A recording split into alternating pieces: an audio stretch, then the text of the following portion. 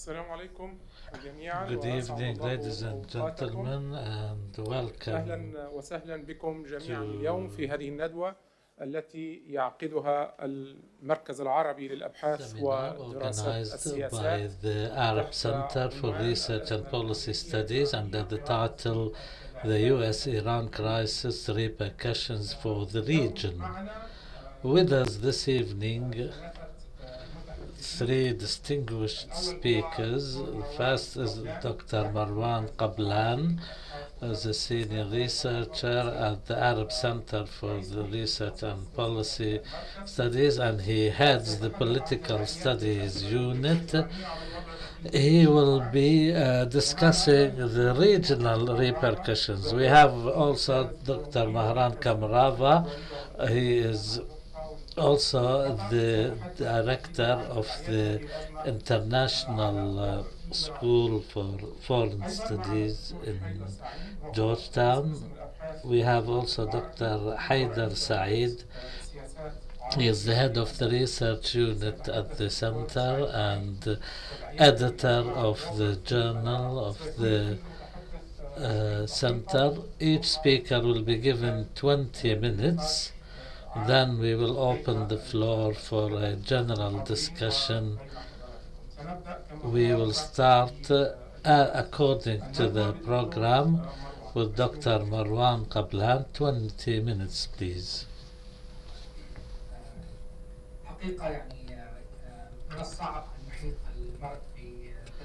It is not easy, in fact, to talk about this wide-ranging subject. It's only been a week after the recent tension between the US and Iran. It's a very short period of time to encompass all the events and repercussions and what the situation is relatively calm now, with the possibility of igniting again. I would like to say first of all, I would like to state my position that to portray Qassem Soleimani an exceptional leader and commander, but the way the Iranians depicted him as this exceptional leader or commander makes his killing of certain consequences so far as the Iranians are concerned. We will try and discuss the theme from the point of view of the reactions. There are many points. I'll try and be quick and brief. There is a large number of players and there are different arenas. I will focus on the impact on the US-Iran relations, the region, and the rest of the regional powers. As for the final round of this confrontation between the US and Iran, it seems to me that the United States has managed to establish new rules of engagement. It took the confrontation from the shadows into the forefront, and the Iranians relied on plausible deniability. I think that's no longer the case.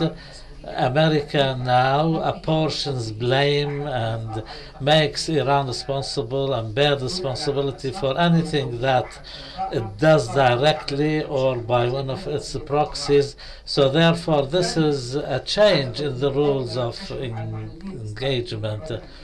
Also, Iran's response showed a huge defect in Iran's ability to perform a strategic response.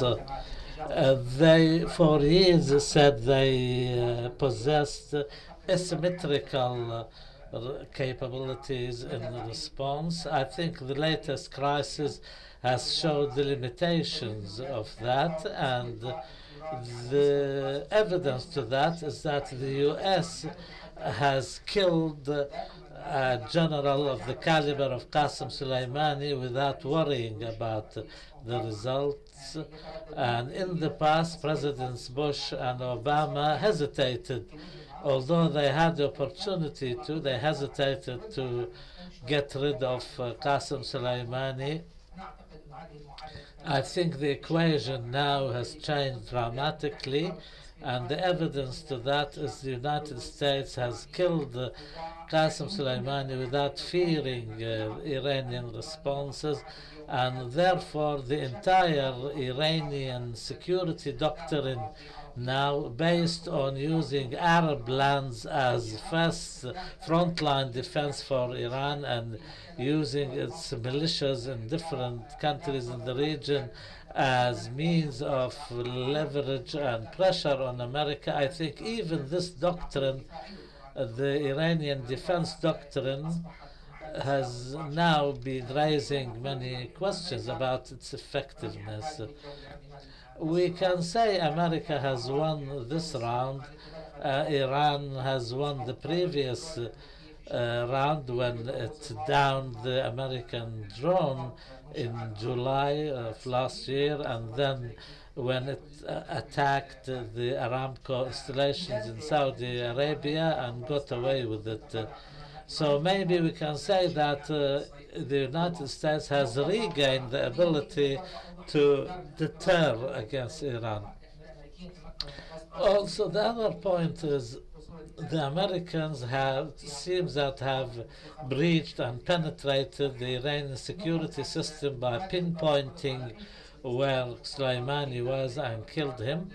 The fifth point is this latest round of tension has put an end to any possibility of negotiations before the American elections in November, and also the exchanges between Rouhani and Trump will not be repeated similarly to what happened between Trump and the North Korean leader. What's also obvious is that this latest American attack has given the kiss of death, if we can call it that, to the Iranian-American nuclear agreement, because Iran, without announcing it clearly, has more or less withdrawn from the agreement for all intents and purposes. And of course, this will have its own repercussions on the bilateral relations. As for the repercussions for the Trump administration, it's obvious that Trump has gained tremendously internally in the United States. He got rid of Soleimani without losing even one American life and not getting dragged into war in the year of elections. All the storm kicked by the Democrats in the United States itself was inconsequential, and because Trump's opponents threatened that he will drag the country into war, but that didn't happen. Also, another important point is the hand of those calling for a more tougher stance against Iran has been strengthened, and Gina Haspel has, and maybe she has played a major role in the president's decision by saying that the cost of not getting rid of Soleimani is much bigger than not doing so. Maybe apart from very few in the Pentagon who feared a major Iranian response, they were by and large calling for restoring the U.S. Deterrence. I know Dr. Mahran will be talking about some aspects in more detail when it comes to explaining what happened in Iran. But the Iranians, of course, exploited this situation to get rid of some opponents inside Iraq. But the downing of the Ukrainian aircraft may have distorted this image a little bit. and lessened Iran's ability. And we notice now that there is a division in Iran because of this. We don't know how this will play out in the forthcoming elections. Iran has made this crisis the main title of its management of the regional policy and its strategy, and also the limited response by Iran, I think, speaks volumes of this. We will see maybe over the next 9 months a situation of no peace, no war, and Iran, of course, the Iranians are hoping that Trump would not win a second term and the Democrats will gain power, and that will change the game completely for them. From a security point of view, I think Iran will focus on its opponents inside Iraq instead of the United States as an opponent. Also, we have the Iranian-backed militias inside Iraq, and this may maybe increase the tension because Soleimani is gone, and he was probably the only person capable of keeping a lid on the situation between the militias, and it's obvious that Falih al-Fayyad, the head of the Hashd Sha'bi or Popular Mobilization militias, is incapable of doing so. What's expected that the Iranian militias, especially in eastern Euphrates, have been subjected to about 10 airstrikes in 1 month, 7 maybe in 1 month, in the Mayadin, in Deir Zor, and Al Kamal areas.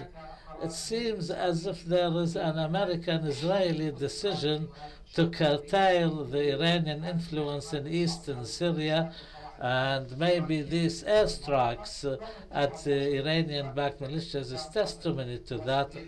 Maybe Washington will even resort to using the Qassam, the Syrian Democratic Forces, to expel the Iranians from the eastern Syria, like in Mayadin, Deir Zor, and other areas. And Washington is sending a message that Israel will not hesitate to attack against these targets. And in return for this American escalation, it doesn't seem that the Russians are willing to enter the fray, because that may jeopardize all Russian gains in that area if they get involved in any fight between the Iranians and the Americans. It's obvious also the killing of Soleimani will allow more maneuvering power for the Russians to control the militias in Syria, because the man who was the #1 commander in charge of all these different militias is no longer in the scene.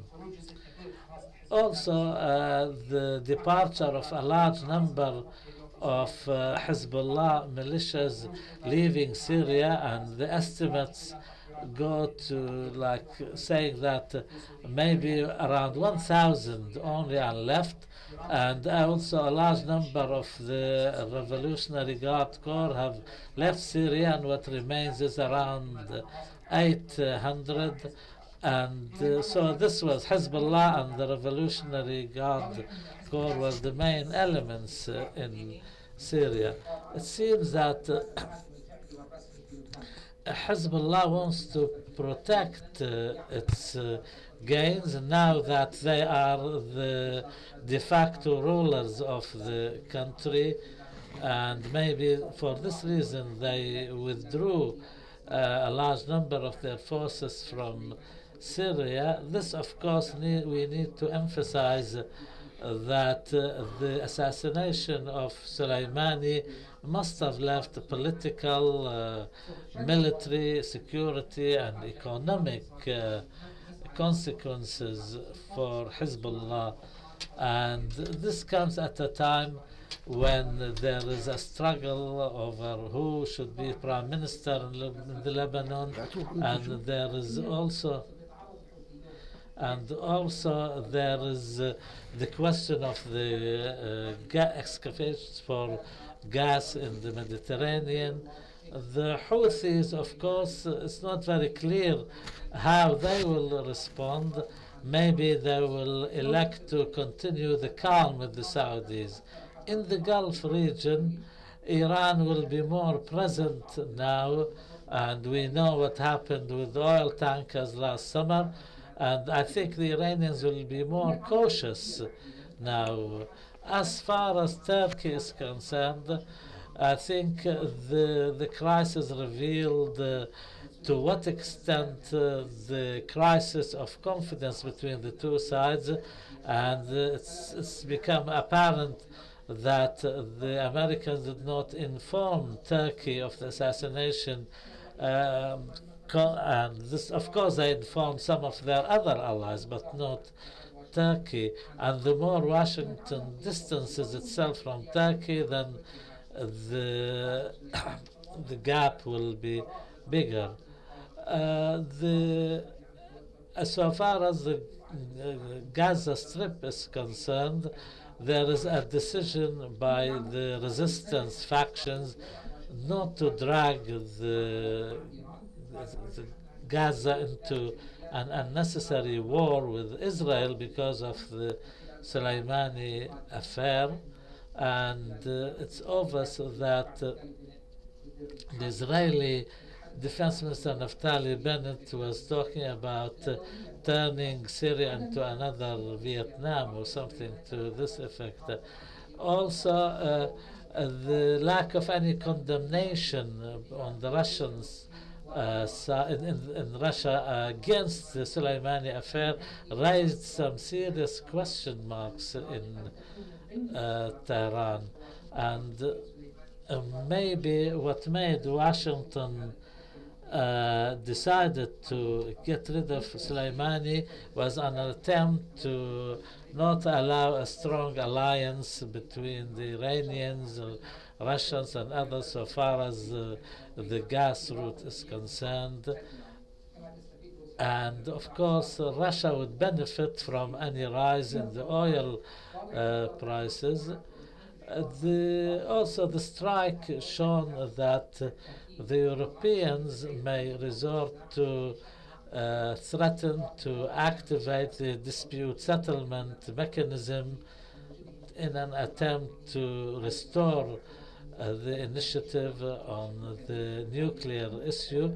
It's obvious that the Europeans were marginalized in this crisis, and Trump did not bother to inform his European allies.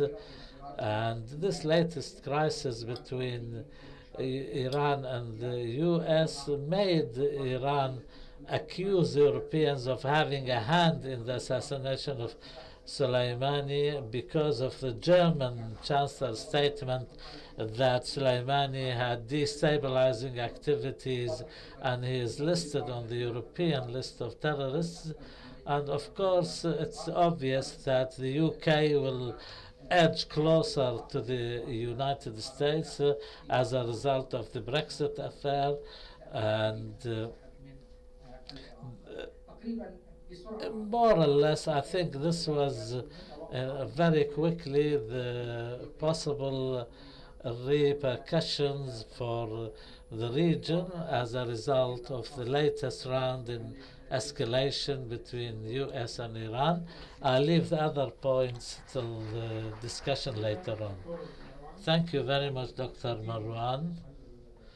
You finished 2 minutes earlier. We will give you 2 minutes extra in the discussion. We go to Dr. Mehran now. Thank you very much, and I apologize for giving this talk in English and not Arabic. It's a pleasure being here, and my sincere thanks to the Arab Center for this kind invitation. My charge was to talk about the consequences of General Soleimani's assassination for the domestic politics of Iran. And by way of introduction, I want to talk about something that is hardly discussed in our understanding of Iran, and that's the importance of the consequences of the Iran-Iraq war. And this is something that I myself hadn't quite grasped until recently, when I was doing some research and I was talking to people in the Iranian Foreign Ministry. And I discovered that for folks in the diplomatic corps, as well as those who are involved in the country's national security policy, the legacy and memory of the Iran-Iraq war continues to be a living guide. And they constantly refer back to the history and experience that they had in the Iran-Iraq war in setting their own policies and their own guidelines. And us outside observers often don't necessarily grasp the weight of the Iran-Iraq war, particularly their sense of isolation and the fact that they felt they were wronged and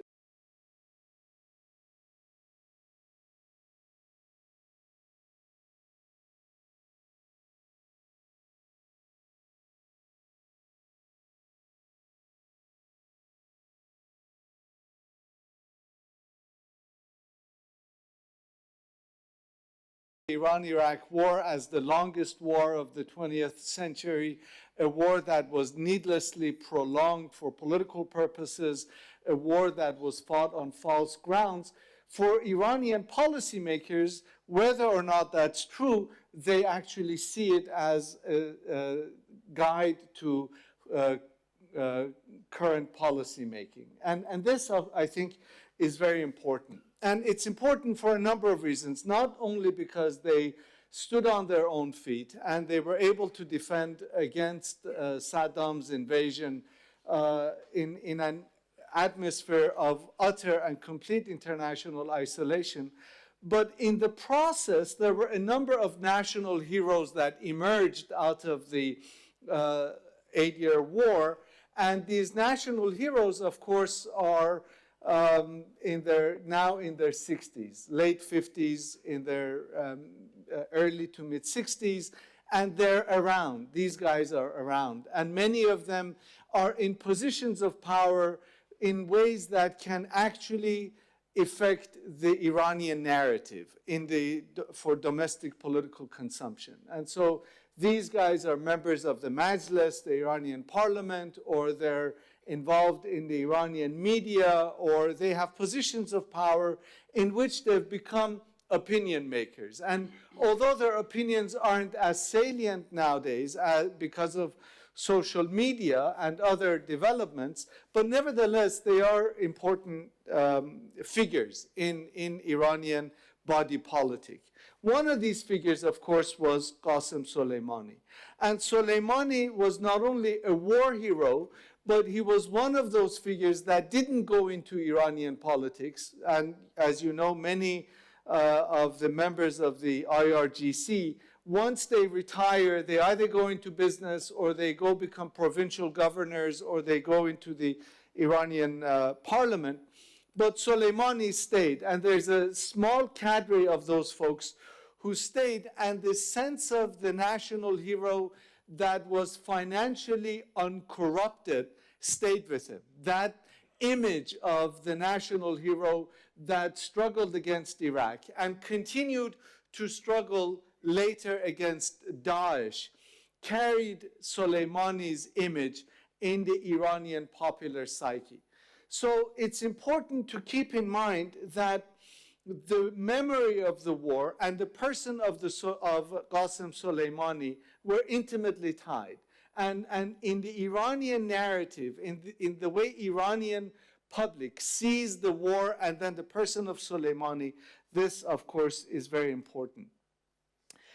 There's also a slightly more complicated relationship in the Iranian national narrative that is important to keep in mind, and that is the importance of the institution of the Revolutionary Guards.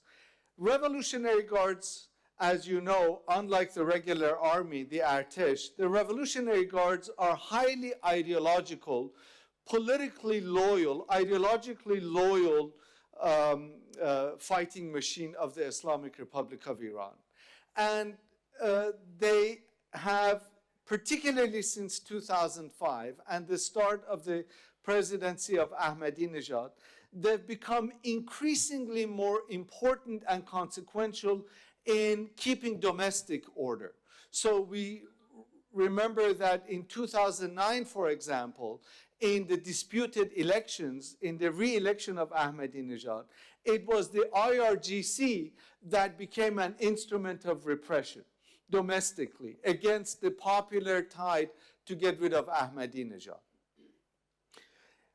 Having said that, so the IRGC is seen in many corners as an instrument of domestic repression, but a savior of the nation in the war against Iraq and later against Daesh. So the relationship there is somewhat more complex. Whereas Soleimani was a national hero and it wasn't necessarily shades of gray, the relationship or the image of the IRGC is somewhat more complicated. But nevertheless, the IRGC, of course, and here I slightly disagree with my distinguished colleague, because the strike on the base in Iraq really tilted the popularity of the IRGC in its favor, even among those who saw it as an instrument of domestic political repression. So the public's perceptions of the IRGC is nuanced and is context specific. It isn't either, oh, we all hate them, they're the crack units, they're the Praetorian Guards of Khamenei, or they're the defenders of the national honor and the motherland. The relationship is context specific and somewhat more complicated. So how does this translate into what is happening now? We see yesterday, for example, where there was a vigil in front of one of the universities in Tehran for the victims of the Ukrainian airliner, and that vigil quickly turned into a protest against the state, against Khamenei. And there, the slogans were directed at the person of Khamenei. They were not necessarily directed at the IRGC or at specific figures except Khamenei. And they called him dictator and they called him liar. And although the fact that the person who took responsibility was an IRGC commander, he took personal responsibility. He said, I'm the one who's at fault. I made the call. Interestingly, the commander-in-chief of the armed forces in Iran is Khamenei, the leader, which in the West is mistakenly called supreme leader. But even though the commander of the IRGC took personal responsibility in a very public way, the blame is now popularly affixed with the blame is popularly affixed with Khamenei. One of the questions to ask is, does this system, what accounts for the system's survival?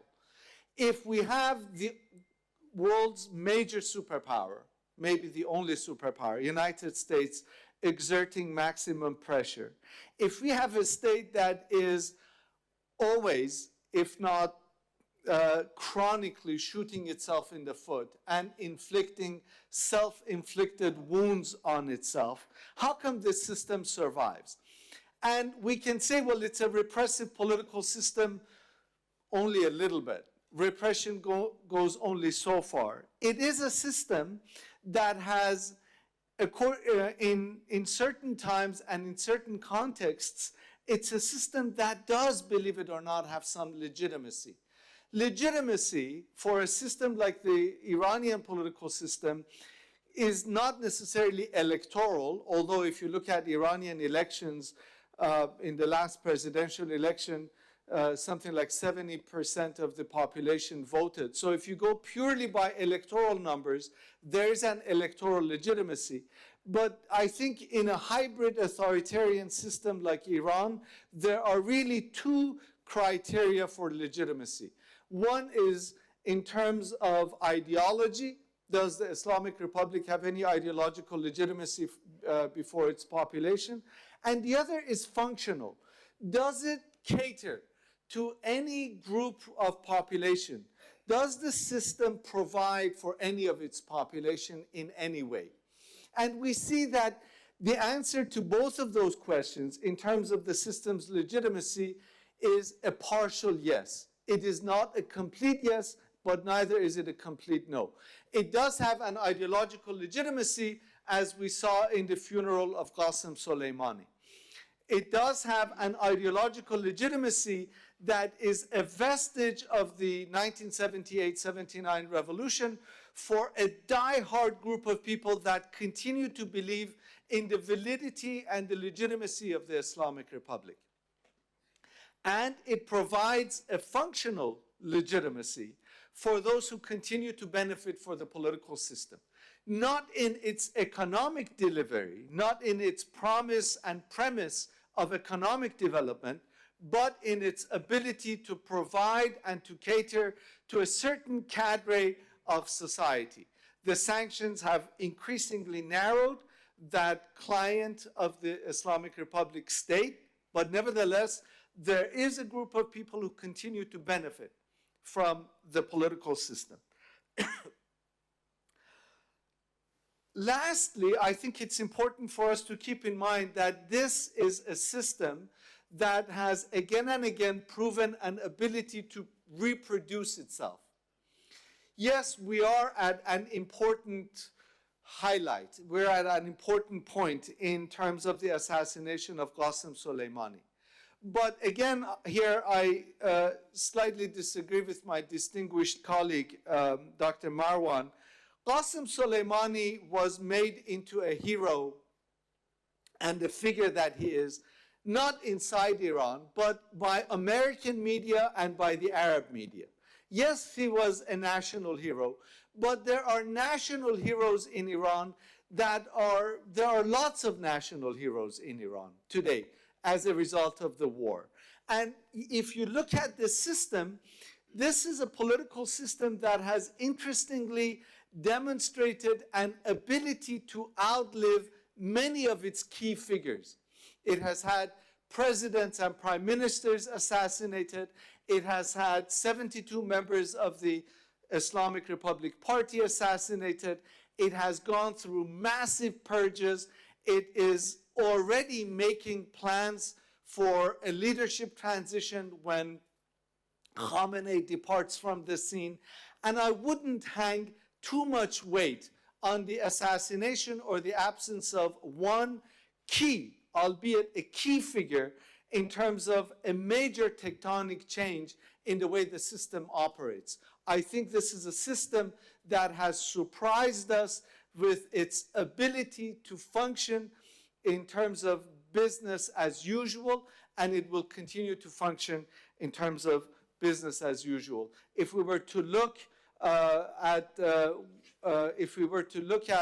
next 5 to 10 years, I think we're going to see more of the same in Iran. Thank you.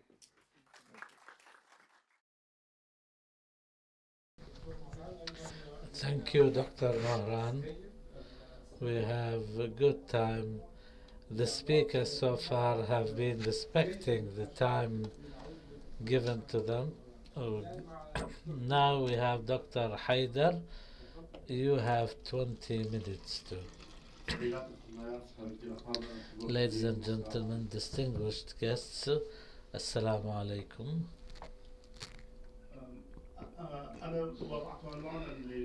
I chose a title for my intervention, and that is the assassination of Soleimani and the revolutionary protest movement in Iraq.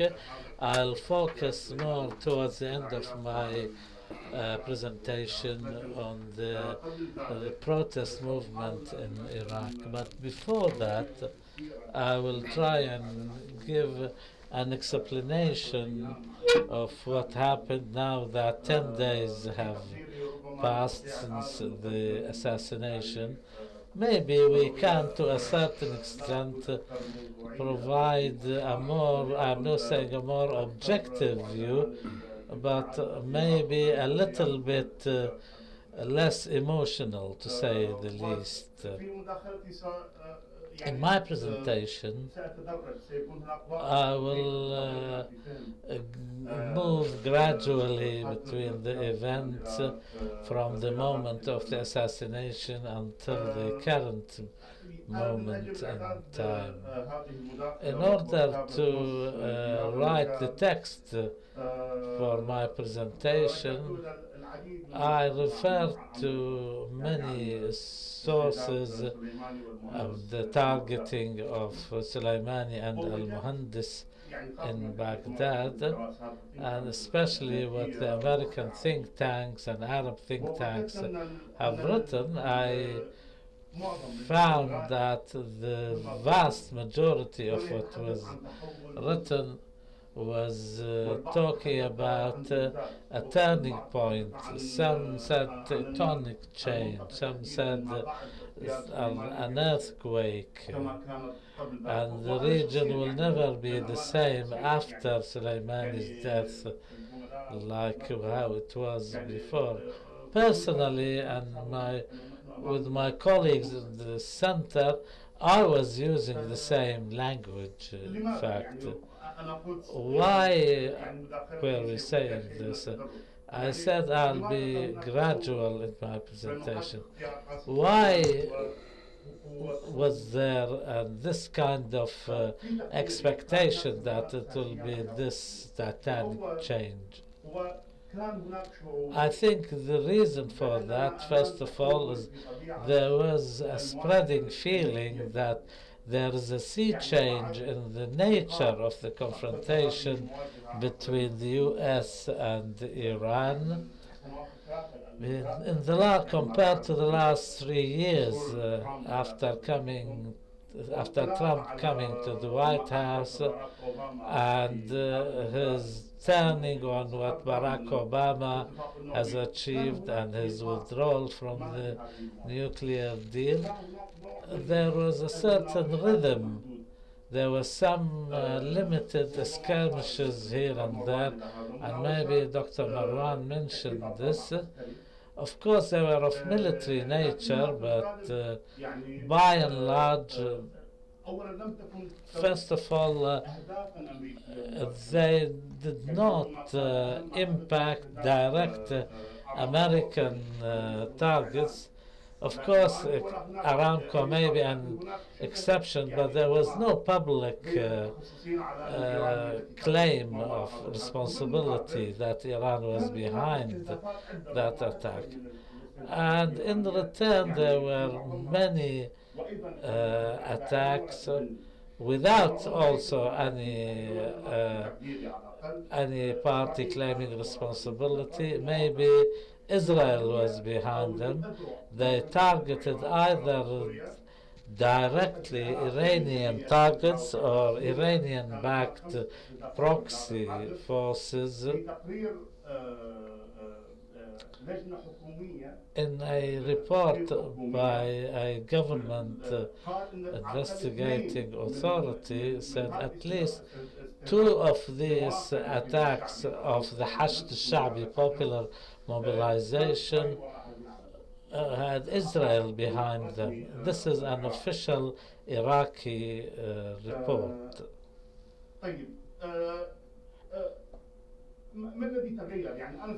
So what has changed then?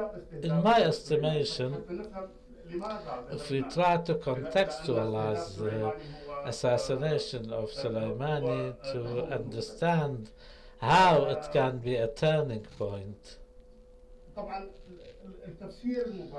the direct explanation focused on the storming of the American embassy compound in Baghdad in the Green Zone on the 1st of January. I would like to go a little bit further than that. I say when the K-1 Iraqi military base near the city of Kirkuk was targeted on the 27th of December. Of course, this has been widely reported, but maybe not necessarily sufficiently analyzed.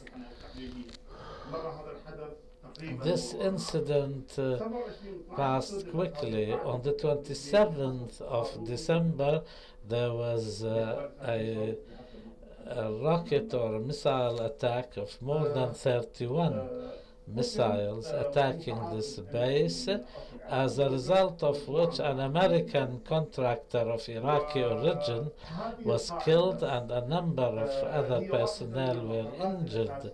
This base is one of the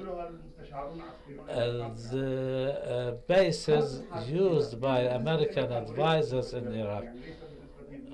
So far as the Iraqis or people of the region, the attack, in fact, touched a raw nerve for the Americans a lot more than the local population. It seems to me at that particular juncture, the United States has decided to respond decisively, and the attack by the Americans, even before the assassination of Soleimani, when 5 bases belonging to Iraqi Hezbollah brigades, which is the arms of Iran, as they are called, they had a very destructive American attack on the 29th of December. 2 days after the K1 attack, 5 of their bases, 3 in Iraq and 2 in Syria, resulting in scores of dead and injured. The American embassy incident came in the aftermath of the targeting of the Hezbollah brigades, Iraqi Hezbollah brigades. It seems to me that the United States wanted, as a result of these attacks, to attack the Hezbollah brigades, then afterwards assassinating Soleimani. The United States wanted to establish a deterrent, whereby striking a very limited strike, but of exceptional quality. In my opinion, that particular point is part of the American strategy, which was adopted by Trump vis-à-vis Iran. Maybe some are of the opinion that we cannot speak of a cohesive strategy by Trump. I say, except maybe in the case of Iran, we can, because over the last 3 years, and at least from the point where he left the nuclear deal, Trump is targeting Iran using, at least from the spring of last year, maybe the maximum pressure policy. The prime objective behind that is to exercise the maximum pressure to force Iran back into the negotiating table. I don't want to go into much details here and analyses. Maybe a lot has been written about that and how Trump has withdrawn from one nuclear deal. Now he wants to go back to another. There is a personal element about Trump, etc., etc.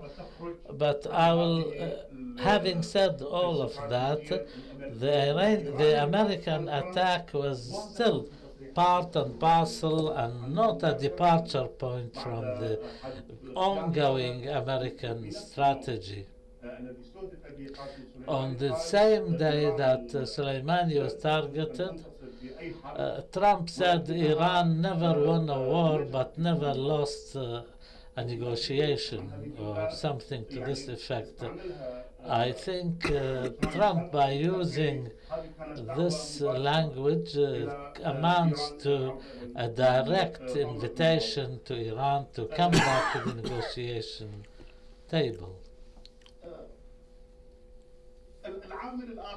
The other factor, in my opinion, I said there were two basic elements here in the way we try to understand these changes and how some people went so far as saying there was a turning point. There is a third point here, and that is Iran will move in the direction of, or will deliberately try to wage a wide-ranging military operation as an act of revenge from the United States. But what Iran did when they targeted the Ain al-Assad and Tahrir bases, I think Iran will not go beyond that. They are not capable of going any further in targeting the United States, either because of the lack of ability or they have taken seriously the American threats by Trump that 52 Iranian targets or positions will be directly attacked. So at the end of the day, I think the situation will be stagnant at this point. There will be no escalation either from the American side or the Iranian side. I think we will going back to some sort of a subtle and de facto understanding between the two sides. Another point I'm trying to say, so far as Iraq is concerned, I think there will be some sort of now a struggle or a push and pull between Iran and the US about how to define what happened. Iran, on its part, tries to consider the assassination of Soleimani has initiated some sort of a liquidity in the situation which should help to redraw or reshape the entire equation. And the United States wants to consider what happened with the assassination of Soleimani as a purely military strike, although in the degree of sharpness and magnitude may be bigger, but this will have consequences, direct consequences on the American presence, American military presence in Iraq and the entire region. And which now this seems to be a very prime objective for Iran and the so-called the resistance front, and we saw how Hassan Nasrallah spoke very clearly about that in his speech. And this kind of push and pull and tug of war, if you can call it that, about the American military presence in Iraq. In the last remaining minutes I want to say something about the impact of what has happened and in the context that I have spoken in on the protest movement inside Iraq. I am of the opinion that the protest movement, which I call the revolutionary agitation, I think will be put on hold for more than one reason. I give two reasons out of many. The first being that after the inability of the Iranian factions, which are close to Iran, to perform some sort of very powerful response, I think what they will do instead is target the protest movement, which is against the Iran and Iranian-backed parties and factions in a very clear manner. I'll use here an expression which was maybe culturally important. The protest movement can be used as an scapegoat for the assassination affair. For this reason, the protest movement is probably faced with an insurmountable challenge now. The dichotomy of Iran US was present in the protest movement slogan since October last year. Now, at least, the powers ruling Iraq, now they depict anybody who belongs to the protest movement as an agent of the United States, and this was always the case since October. Now, of course, it's more apparent. For this reason, last Friday, which was the third birth of the movement, 21st of October, 25th of October, then the 10th of January, when the protesters clearly raised the slogan, no to Iran, no to America, to distance themselves from this question of agency of America. There is definitely a division in Iraq, but definitely there is a faction of Iraqis who are close to what we call the the Iranian vision, and there is another faction, some of them may be closely linked to the protest movement, who see that relations with America are necessary, and any withdrawal of the Americans will play into the hands of Iran and the militias it backs in Iraq. I think this protest movement, I think the vast majority of them are aware of this.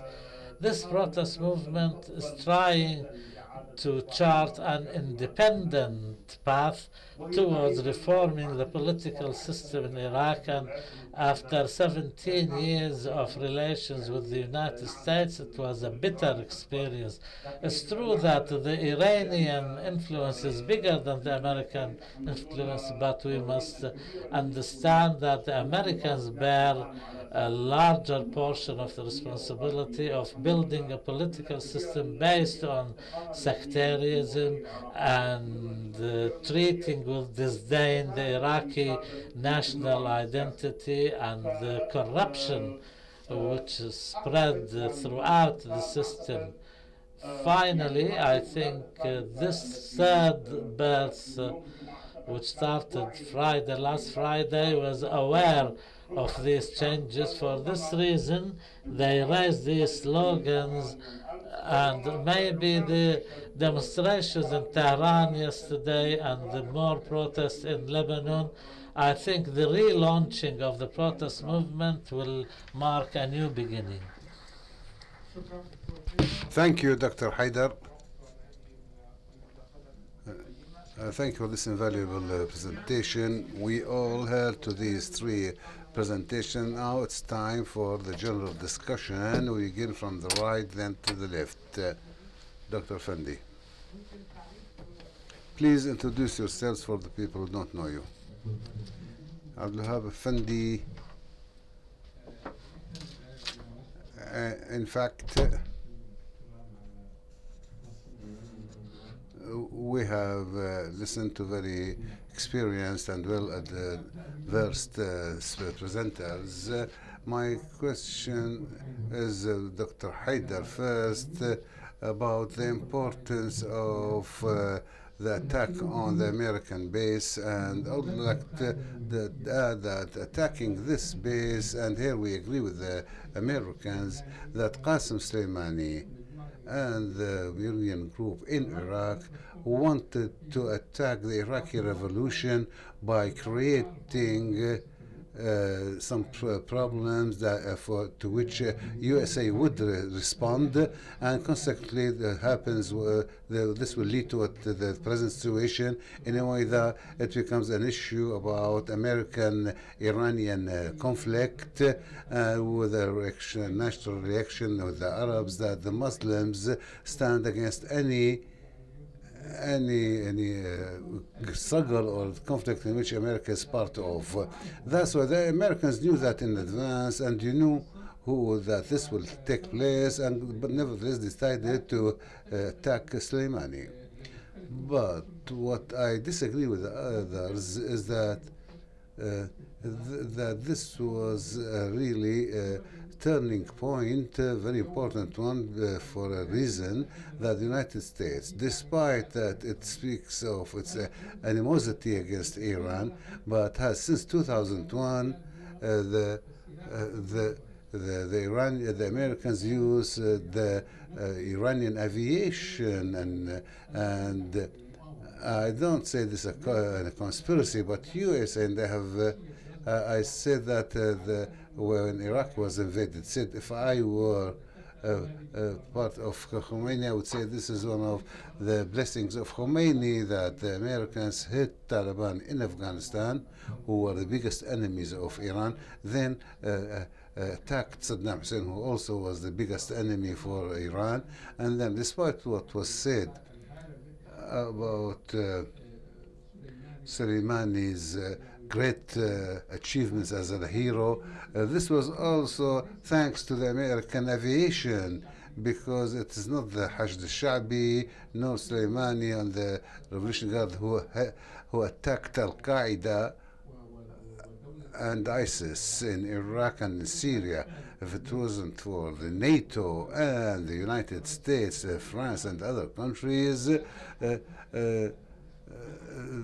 the achievement that was referred or given to Soleimani would not have been achieved. So, U.S. has become a country that treats with Iran and their groups just like it deals with Al-Qaeda, and Hassan Nasrallah, for example, is one of the agents of Iran in the region.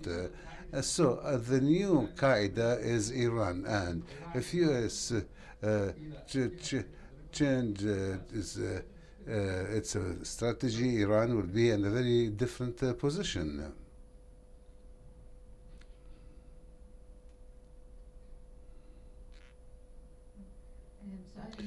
My question is Dr. Haidar about the Iranian response that you referred to, which was also said that was a very weak response, not proportional with the killing of personality like Soleimani. So the question, the non-response by the Iranians as was expected, is it because they were not capable to do so militarily speaking, or there's a strategic plan regarding the Iranian nuclear issue and sort of to gain some empathy or support from the European Union? How will the Iranian response will be seen if the negotiations about the nuclear deal are back?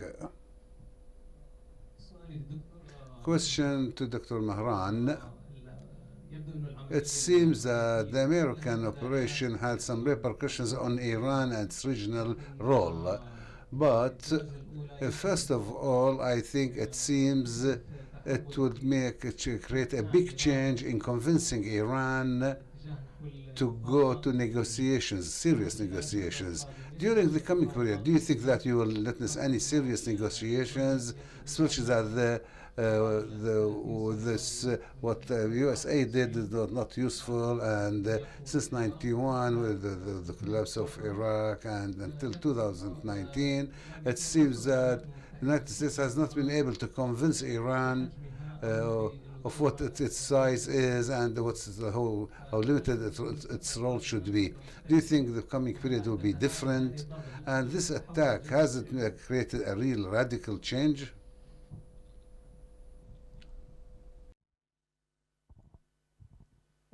My question for Professor Mahran.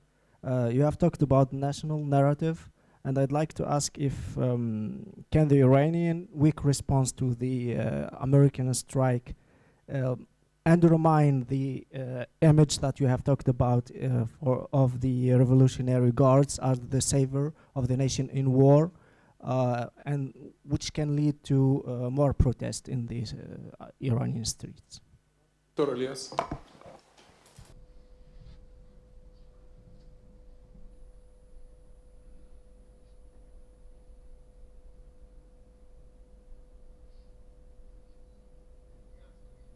Mic, please.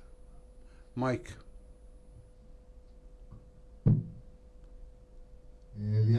Elias Khalil from Doha Institute. My question is Dr. Marwan. Given that Dr. Haider and Dr. Mahran give us an analysis that is contrary towards yours, so the question is, it seems that the USA in attacking Soleimani was escalating. On 29th of December, when attacked the military base, nobody claims the responsibility. So it seems USA would be satisfied with killing 20 few people, but it escalated the situation by killing Soleimani to raise anger against Iran in Lebanon and in Iraq in particular. And the main thing here is this attack, is it a backfire? From what Mr. Mahran said, it seems there is a backfire. In a way that Iran was only happy with this big funeral for Soleimani, and it became the unified political body. And from what Dr. Haider said, it seems clear that there is also the moderates who have been divided. Those who are with Iran or those who are against Iran are the same size, but those who are in the middle have been divided. Some of them are now with and those against. This has weakened the popular movement against the rulers in Iraq. So if we make an analysis, we find that this attacking Soleimani, did not achieve Pompeo's goal, but it seems that this was a round that in which Iran is the victorious, but then comes the problem of the Ukrainian airplane that has complicated things. But from the analysis, we can see that the strategic plan of Pompeo has failed, plan for attacking Israel. Let us give the opportunity to the panelists to respond. We will give the same sequence. Thank you. Before answering the question of Dr. Elias, I think maybe there is a sort of problem in the translation, and the understanding, Mr. Mahran. First of all, I did not speak about legitimacy of the regime. I spoke that there's division in Iran. It was clear that last week that a lot of people went out for the funeral of Soleimani and they raised the photos of Khomeini and Soleimani. And yesterday we found some people, another big group of people, who are tearing the images of pictures of Soleimani.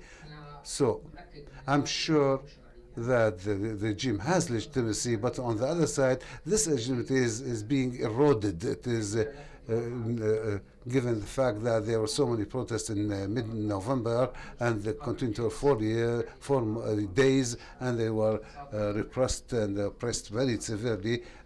Some speak of 1,500 dead people in 4 days. So I was speaking of the division inside the Iranian society. Every society in the world has divisions, but this was clear last week. Last week there was this contrast. Some people raised the pictures of Soleimani, others teared it after this issue of the Ukrainian airplane. Another thing that I want to clarify, I did not say that Soleimani is or is not a hero for the Iranians. I'm sure he's a hero for many Iranians, but I'm talking about making Soleimani a legend, not only from the politicians in Iran. Some of them said that Soleimani put an end to Daesh in Iraq. Soleimani who saved Bashar Assad regime in Syria, while as those who put an end to Daesh in Iraq is the United States of America. Otherwise, Baghdad.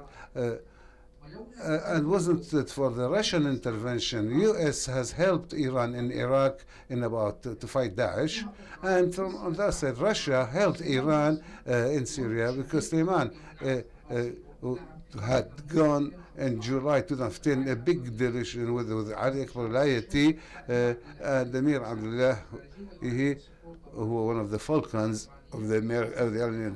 He went with these three people to Moscow in July 2015 to ask Russia's help in Syria. USA's intervention in Iraq and the Russian one in Syria has helped to achieve these results, not the genius of Soleimani. Now come back to the question of Mr. Diaz. I think that the main reason is that for killing Soleimani is the attack on the American embassy.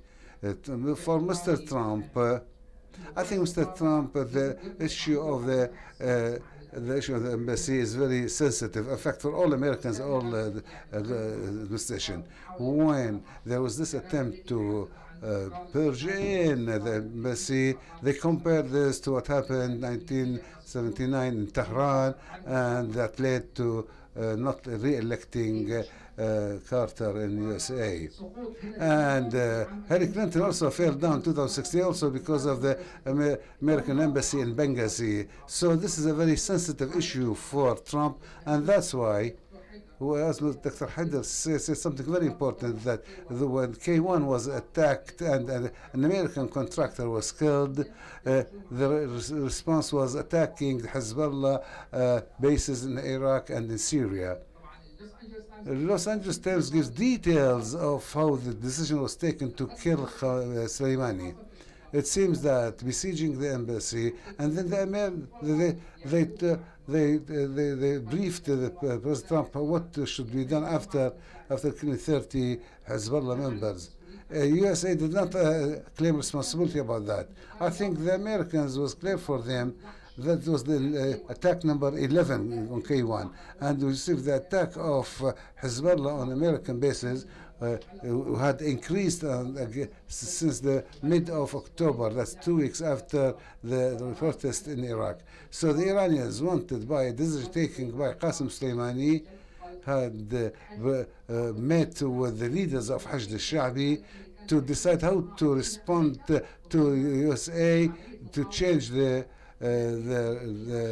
resistance against the occupation. We don't want to speak about this government that's corrupt, that is attached to Iran. So that led to increasing the attacks on USA, and this was the 11th attack on K1, and the Americans responded by attacking Hezbollah bases, and then the advisors of the president told him what option he has. The president, among many options he was proposed to, he decided to put an end to Qassem Soleimani, and what encouraged him to do this was the position tech of the CIA director, who told him this should be the response. That's why, no doubt, of course, Iran had this response, American, killing of someone had led to the unifying the ranks in Iran, as what Mr. Mehran said, that because they consider him a national hero. But on the same week, we noticed that there's another side or another part of the society in Iran. Of course, the regime had mobilized about the killing of Soleimani, but then the things changed. So in 1 week, I saw two Irans, one during the funeral of Soleimani, and then when this picture was torn to parts. I know I was long, but last point about what Abdul Wahab said, I think this is very important. Yes, the Americans, since they they have designated the Revolutionary Guard as a terrorist organization. This is very important. The, this is a government institution in Iran. So when it's designated as terrorist institution, this was important. That's why when later on there was a talk about killing Soleimani, the Germans said, in fact, he is already on the terrorist list, whether in USA or in Europe. That's why I think this might be an indication, as Dr. Abdelwahab said, that if Qaeda is replaced by Iran, this is an important issue.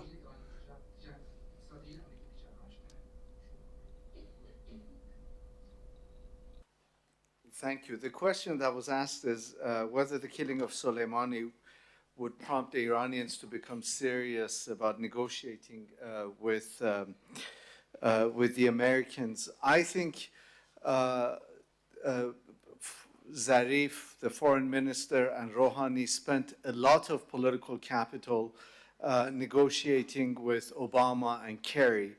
And right now, they wouldn't even be able to domestically negotiate with Obama and Kerry again, given what the American position has been.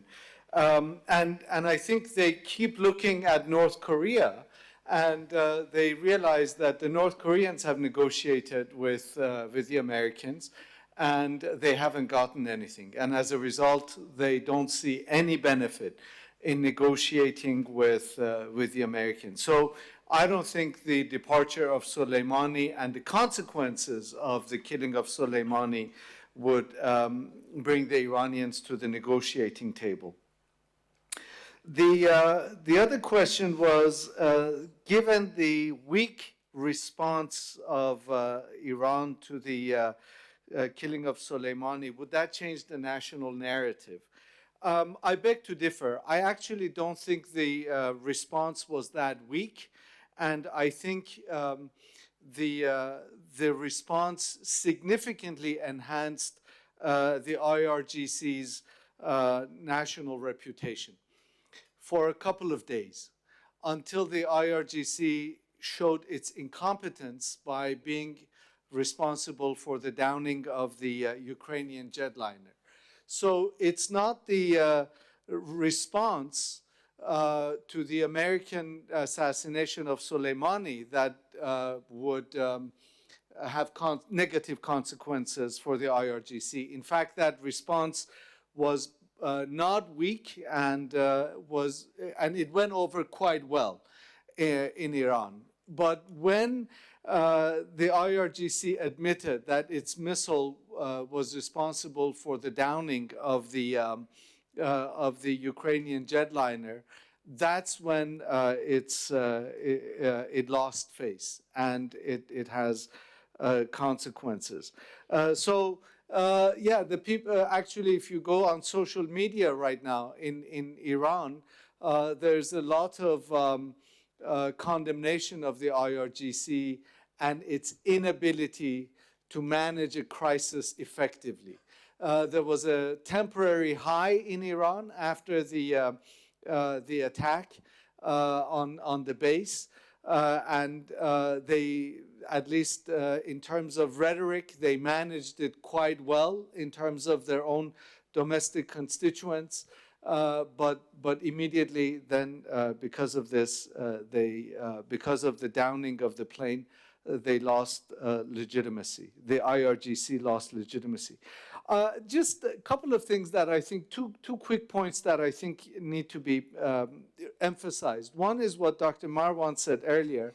Iran today is a highly polarized society. And this polarity is what we've seen. You know, there was this upsurge of patriotism, saying that the Iranians stood up to the Americans and gave a proportionate response. And then there was this sense of humiliation or national resignation in terms of the shooting of the jetliner. And so, as Dr. Marwan eloquently articulated, Iran is a highly polarized society. The other thing that I think we will have to see in the coming weeks and months, and it's too early now to answer is a question that I want us to collectively think about. And that is it really bad for Khamenei that Soleimani is dead, that someone like Soleimani is dead? If you're Khamenei, would you rather have a living hero, or would you rather have a dead martyr who's a hero? And I think for a political system like the Iranian system, and the way this political system operates, the way this political system modulates its approach to its population, that is an important question to ask. We are sitting here thinking of doom and gloom with the assassination of Soleimani. Actually, quite frankly, I'm not sure if Khamenei is all that broken about it. Because, you know, this is a system that thrives on these heroes that have been cut down by the great Satan. And I think that is something for us to also consider. There might be some adjustments in terms of Iran's national security policy, its management of non-state actors in Iraq and Syria. But I think in terms of the long-term operations of the system, it's not that as tragic as we might think.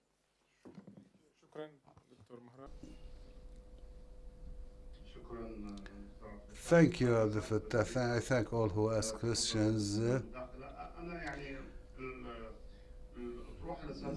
The main thing that I wanted to present, I don't know if I was succeeding in that or not, is that as much it seems that Soleimani's killing is an indication to a strategic change in the USA position, I tried to say that Soleimani's killing was a limited strike. Yes, it was a qualitative one, but it was only a dissuasive one.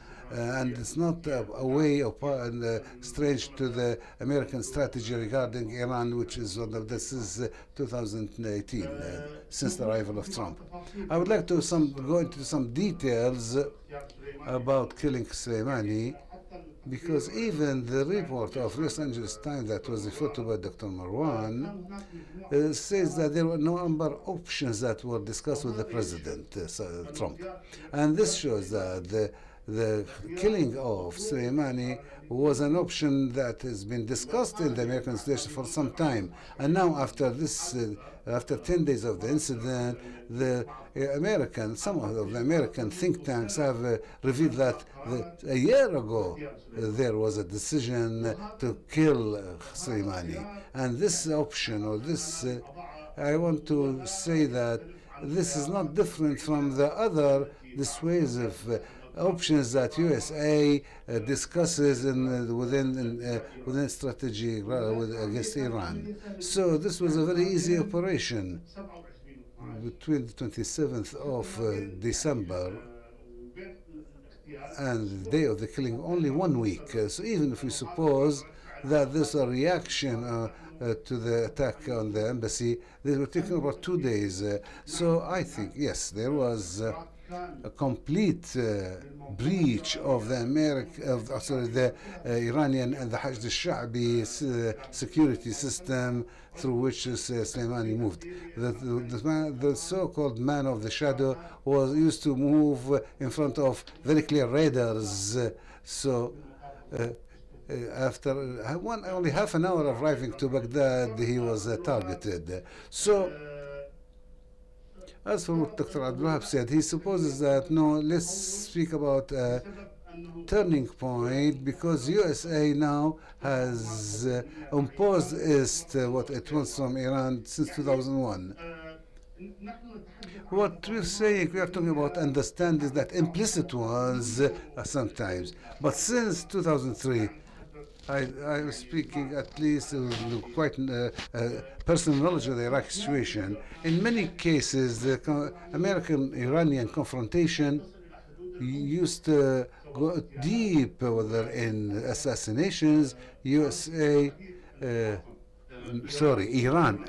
or the agents of Iran had killed, assassinated many people who are considered to be with the American, pro-Americans, and many of the operations that took place in 2002 were targeting I think the basic part of the Iranian strategy in Iraq was to undermine the American project. So those who control Iraq and rule Iraq are the allies of Iran. I don't think there's a big shift or change. So we take this implicit understanding, which the only thing that Iraq knew about as understanding was that regarding Daesh. So all the Iranian advisors and the agents of Iran was to fight Daesh with aerial cover, American aerial cover. And when they want to go into real understanding, they did not succeed. So I don't think that if this implicit understanding comes to an end, that will lead to a big change in the confrontation between Iran and USA. As for Maryam, I think yes, Iran is. Sorry, I couldn't hear him. Yeah, here we are speaking about a country that's under sanctions for many years. A country that has been exhausted not only by the sanctions regime but also by its internal and external interventions, and I think they have very much taken the American threats very seriously. I don't suppose that this limited and weak response against al-Assad pace was for political purposes.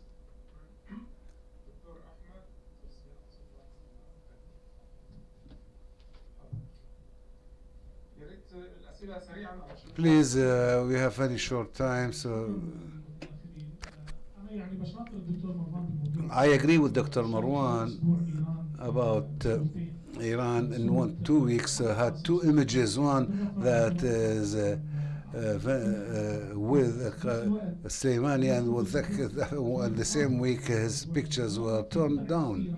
And also the government of Iraq had raised pictures of Soleimani also in Gaza, in Syria and Yemen. Wherever there are allies, Iran. So I think the landscape is quite different. The military attack, of course, does not let us speak of dissuasive deterrence strategy, no. In fact, what we can speak about is the issue of the continuation of the Iranian policies. Iran right now cannot respond.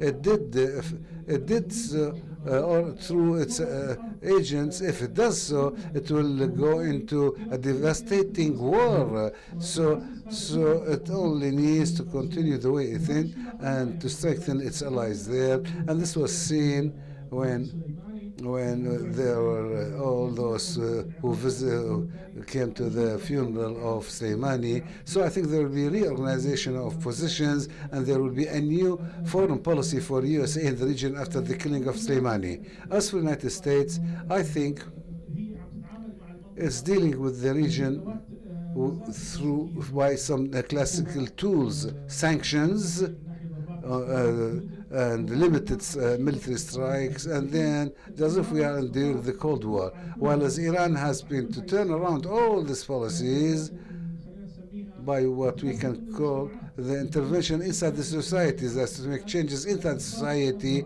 by creating some military agents such as Hezbollah and Hamas and Houthis, who can be influential in the country and can be working for Iran whenever there is a real confrontation with the United States.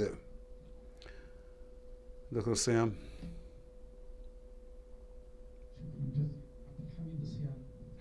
Abdelhalim Siam,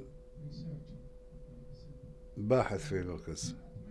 I wish to hear more about the repercussions as we see the title of this session. I would prefer to hear more of repercussions on the region. For example, what were the effects on Saudi Arabia and the Gulf states? I want to understand from you, how does Saudi Arabia think now? What are the lessons learned especially by Saudi Arabia from this confrontation, And will there be any change in the Gulf states' policies, especially that of Saudi Arabia?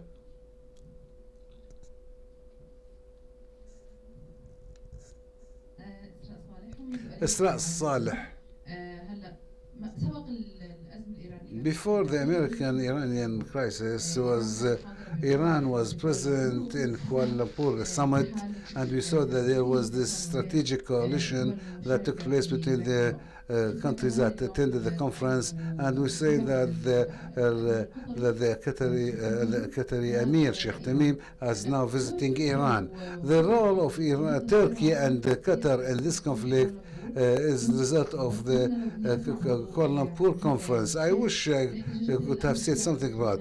Now there are protests against Khamenei, and we know for a long time that there are divisions in Iran, but those who are always rejected Khamenei was rejecting this Iranian foreign policy, but these were depressed all the time. How long do you think that this can continue? And also it said that the White House is doesn't having contradictory decisions from Trump. The second question is about the erosion of Iran inside the country and how much that will affect its confrontation with the USA. Will this lead to a Cold War, in your opinion?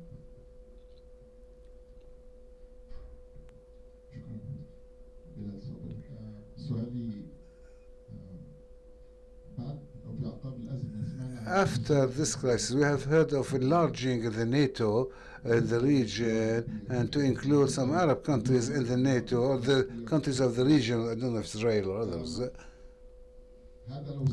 If this takes place, first of all, is this serious? So, but if it is serious, this will have a lot of implications, especially for Israel. So, can you please give us some idea about this issue, Dr. Mahran or Rabban or Dr. Haid? Mr. Shams.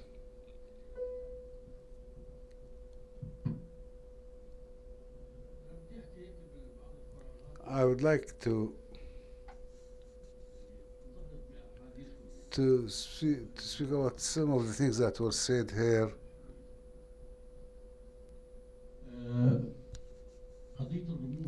This issue of symbolism in this confrontation was very important. The biggest symbol was Soleimani. Soleimani was the symbol of the Iranian expansionist vision. He was America attacked this symbol.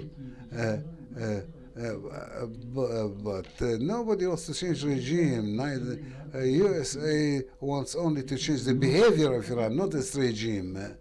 So Iran wants to be a regional force in the region.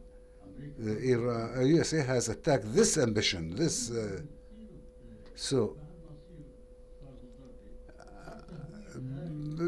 After this strike, there was a lot of exaggeration about the Iranian response that might lead to putting an end to all USA in the region, all its allies from Beirut to Houthi.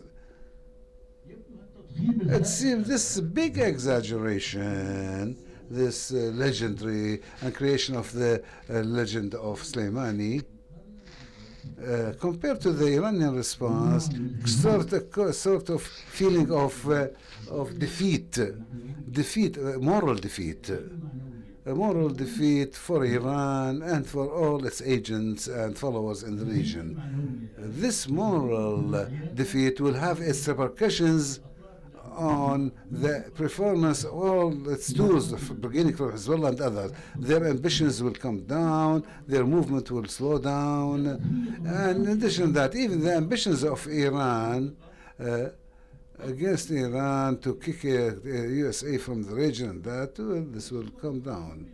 At the same time, the enemies of Iran, within all this noise, they have all received the message for the message of the attacking Aramco with no American response. So now maybe they will learn a lesson and take a more realistic position in dealing with Iran.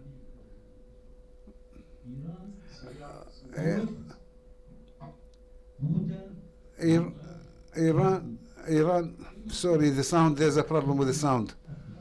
I can hardly understand the gentleman. In 1989, the end of the war, the defeat of Iran in the war against Iraq, Iraqi forces were inside their country. But the stupidity of Saddam Hussein in going into Kuwait and has opened the space for US and Iran to come to Iraq. And thank you, Dr. Muhammad, and then yourself. I have two questions. The first to Dr. Haidar. Can you please tell what are the implications of this crisis on Iraq? As we said, Iraq has become the battlefield with the US and Iranian differences. And there are implications on the level of the people. Is there a consolidation of the position of the people, or will this will... Sorry, the sound quality is very bad. We can hardly understand. And this... we found there are so many protests now they are renewing in Iraq. Dr. Mahran, thank you very much. That I personally, you have reminded me again that the Iraq-Iran war was a main factor, element in and as what you said on the politics of Iran. But lately in the relations between Iran and USA, we did not see such a response from USA. In your opinion, the Iranian institution, will it take into consideration that the American reactions or responses could be that strong in the future? Do you think this will mean that the Iranians will be more conservative in their actions in the region? Thank you.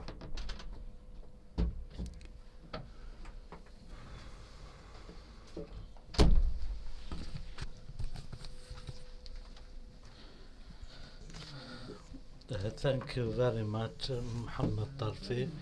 My question is to Dr. Haidar.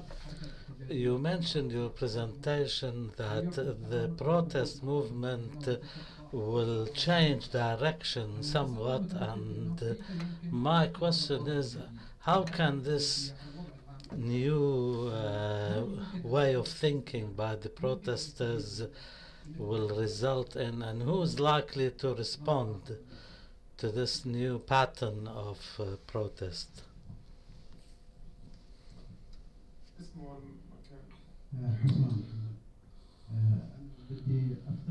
Can the speaker not speak so close to the microphone, please? We cannot understand what they're saying.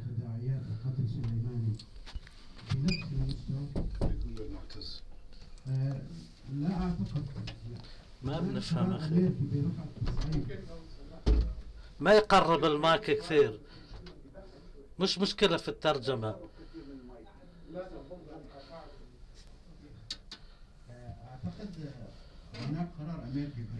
I think there is an American decision to de-escalate, like what Dr. Haidar has said.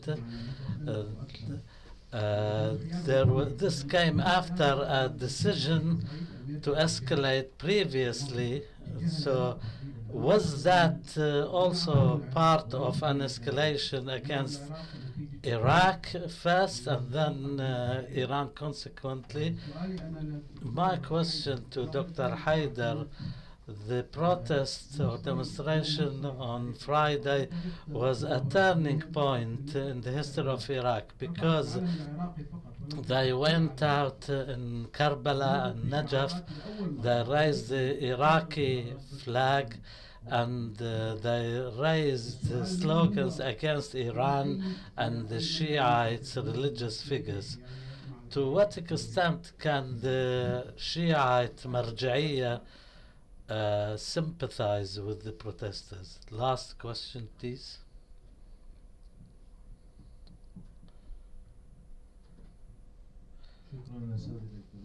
Thank you, gentlemen. The US-American crisis, I was hoping to hear something about the economic consequences on the Iranian population. Maybe the millions who took part in the funeral procession for Soleimani, if they are given half a chance, they'll all immigrate to the United States. Now we'll give each speaker 5 minutes.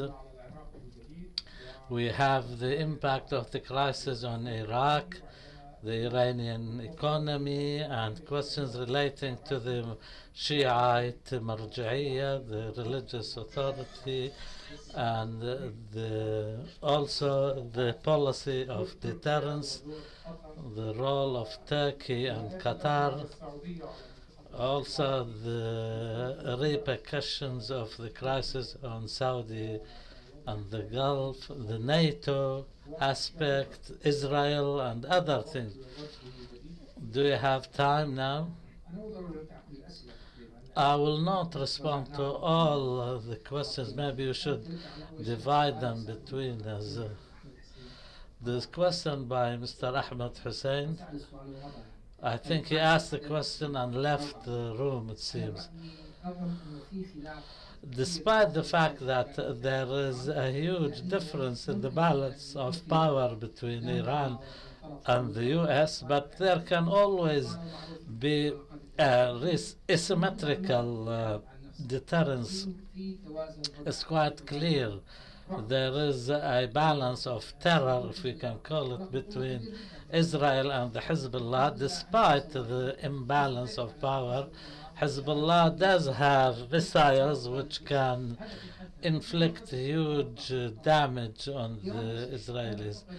I think Iran has the same, and I may have said this before. Iran can be called the biggest museum in the world for military wear, but they learned from the Iran-Iraq war the importance of missiles and focused on their ballistic missile programs.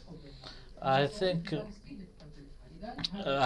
Iran's nuclear weapon is not a nuclear weapon as such. It's missiles which can hit all the desalination plants, all the power plants, all the oil refineries in the Gulf. I think this is in an imbalance of power. This is the weapon of the weak when you cannot counteract an enemy who is far more superior when it comes to the air force, tank force, etc. Yet you can still hit some targets which can be, for example, if the Iranians hit in the summer the power plants and the desalination plants, this will be enough to bring the Gulf countries into a crisis. So therefore, in response to your question, the answer is yes, there can be a balance of deterrence. As for the different factions and their flags were present behind the commander of the Revolutionary Guard Force, I don't want to respond to that. I think the Saudis will be very happy with what has happened because they have been encouraging and pushing, in fact, the US for some time now. But it's also apparent from their statements they did not want to be in the forefront. They portrayed the whole situation as a business between the US and Iran, although it may carry benefits to us, but we are not involved directly. Because the Saudis do not want to pay a price because they know what happened with the Aramco attack. So therefore, they are happy with the situation, but they do not want to bear any of the consequences. They want to leave it as an affair between the US and Iran. As for the sequence, what Dr. Haider said is very important. Maybe the decision to get rid of Soleimani may have taken instantly, but he was on the American radar since 2007, and neither George Bush Jr. or Obama took the decision. The decision was there for many years now, but it was not taken. And maybe because of the sequence of events with the embassy compound, etc., we cannot hear what the lady is saying. This relates to the Kuala Lumpur summit. I don't know. I don't have much details. The explanation presented by President Trump, I don't know who asked the question. This was something what President Trump said, and it was met with dismay with the Europeans, especially the Germans. I think the Europeans, because when it comes to joining NATO, all countries, all member countries should agree. If there is one country which rejected it, then they will not accept membership. I don't think the NATO members will agree, because that will mean that bringing all the Middle East problems into NATO. Imagine if Kuwait becomes a member of NATO. So then will the Europeans come to your aid as Kuwait if you have a problem with Iran, for example? What's their interest in this? And there is enough tension within the NATO membership as it is. Maybe this was one of President Trump's idea, which may not be that realistic. Thank you. Very quickly. Actually, two of the questions relate, or the answer to two of the questions relate. One is lessons learned by the regional actors, particularly by Saudi Arabia, and would this moderate Iranian actions in the region? I cannot confirm this, but today I heard a rumor that the Iranians actually gave advance warning to the government of Qatar that they would hit Al-Udeid following the assassination of Soleimani. And that explains in some ways why the foreign minister was one of the first people to visit Tehran, or the only people, and why the emir is in Tehran today. One of the things we see about this government is that it's a revolutionary government, and revolutions are like riding a bicycle. You have to pedal in order to avoid a nasty fall. So once they say a rhetoric, they have to carry through with it. If they say we're going to react and give the Americans a bloody nose, politically, they cannot not carry through with that action. Otherwise, it's political suicide for them. And I think their actions in hitting the base, and that shows it, that they will carry through when they say we're going to have a reaction. And so we saw the subsequent statements by Zarif saying we're done once they hit the base. The tweets that Foreign Minister Zarif kept sending, saying this was meant to conclude our action, so that don't hit us, because then we will have no option but to hit back again. So the question is, does this have consequences for Iranian adventures or Iranian actions? And That's a really good question, and I don't know the answer to it. I think we have to wait and see, because much of Iran's actions are driven by a consensus group that has clustered within the political system. The IRGC, the Majlis, the presidency of Rouhani and Zarif, and of course the leader. And so how does this consensus group shape in the days coming? Who has the upper hand? Right now, I think the IRGC has the lower hand because of the plane. Now, will this continue? If the Americans hit another thing and the IRGC has to react and yet again change the narrative to its own advantage, then the equation changes. But, and in some ways we see that the Americans are doing everything and anything they can to help the Iranian hardliners by their short-sighted actions in terms of their own regional missteps. So you ask a very good question, and I think the answer depends on who's got the upper hand within the this consensus group that emerges within Iran.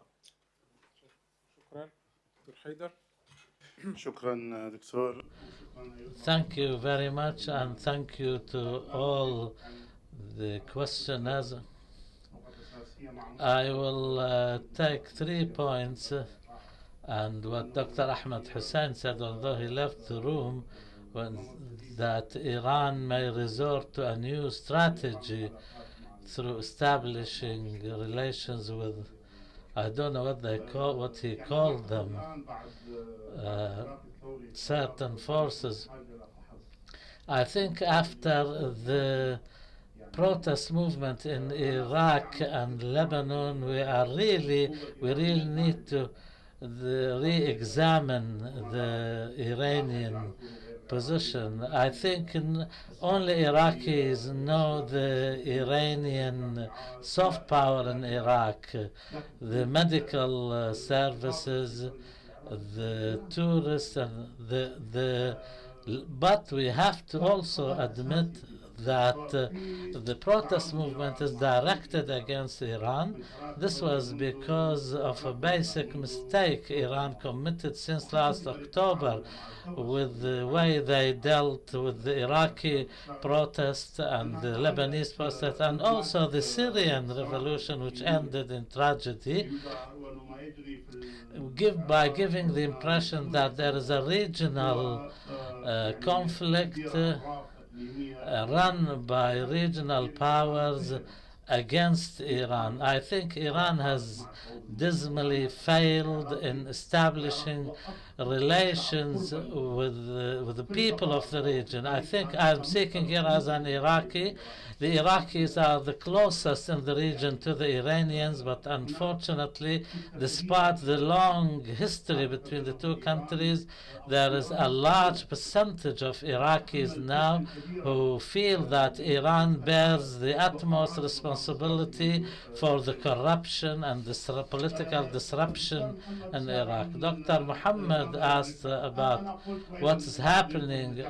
I don't know if I was successful in my presentation or not. I think there is some sort of war tug going on now. Iran is trying to present the situation that Iraq post-Soleimani era should not be like pre-Soleimani assassination. In other words, there should be a new balance of power. Whereas the United States wants to keep the status quo as it is in Iraq. And this, of course, brings into play the question of the future of the American forces in Iraq. I said there is division in Iraq, and there is a large bloc in Iraq presented by the protest movement that we should have our own independent way, independently, that is, from Iran and the US. And there are people who are close to the protest movement who see that the departure of the Americans from Iraq will be bad for the Iraqis at this stage. And anybody who follows the American statements in the last 2 days, it was quite clear there was a tone of threatening that if by any means, whether through a decision by the parliament or political consensus or whatever, which leads to the American withdrawal forces from Iraq, there will be sanctions, there will be financial punishment. Trump yesterday spoke of $34 billion. And he said if the Iraqis want to negotiate our military partnership, they should also talk about financial partnership and economic partnership. The Americans can harm Iraq easily if they so wish. Today I was talking to one of the colleagues, the exceptions given to Iraq a year or 2 years ago, so far as importing gas and electric power from Iraq. Iraq imports 1.2 megawatt of electric power in Iraq, and this is an important figure. If Iraq is taken off the list of the exceptions, this will bring a tremendous amount of harm for Iraq. In my discussions with some intellectuals in the protest movement, it seems to me that the United States doesn't care less about the nature of the political system in Iraq, whether it was democratic, liberal, human rights, abuser or protector. This has never mattered for the Americans because, and Abdel Mady was in power as prime minister through an understanding between Iran and the US, but he was forced to resign as a result of the protest movements in Iraq, in Nasiriyah specifically. I expect that the protest, I think part of the restoring the national identity of Iraq, we have to understand that if the way Trump thinks that if Trump spoke clearly that he doesn't want to withdraw from Iraq because this will be another foothold for Iran in Iraq. And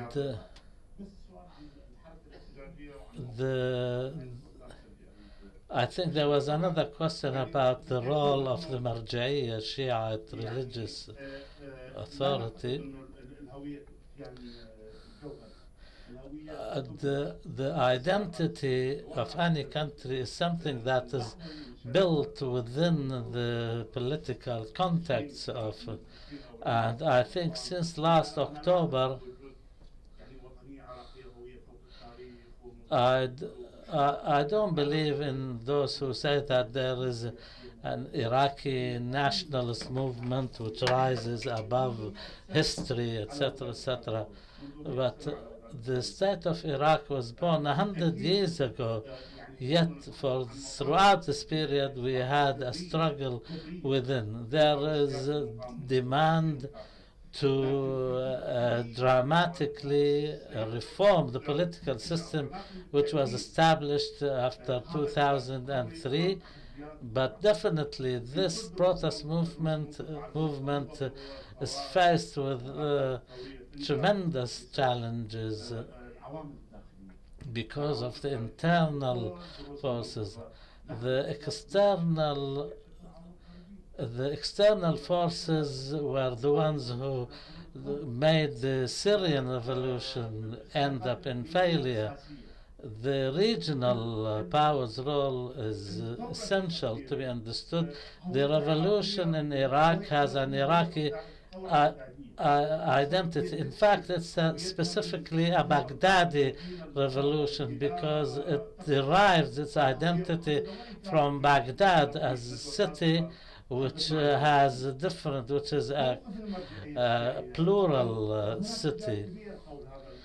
As for the role of the Shiite Marja'iyya, there is a long discussion. Many think that the Marja'iyya's role is positive when they stand against the political system, calling for political reform, calling on the authorities to stop using force against the demonstration. Last Friday's sermon in Najaf or Karbala called for an independent political will in Iraq, which was understood to imply that American influence, Iranian influence, and others. And of course, they also accepted condolences for the killing of Soleimani.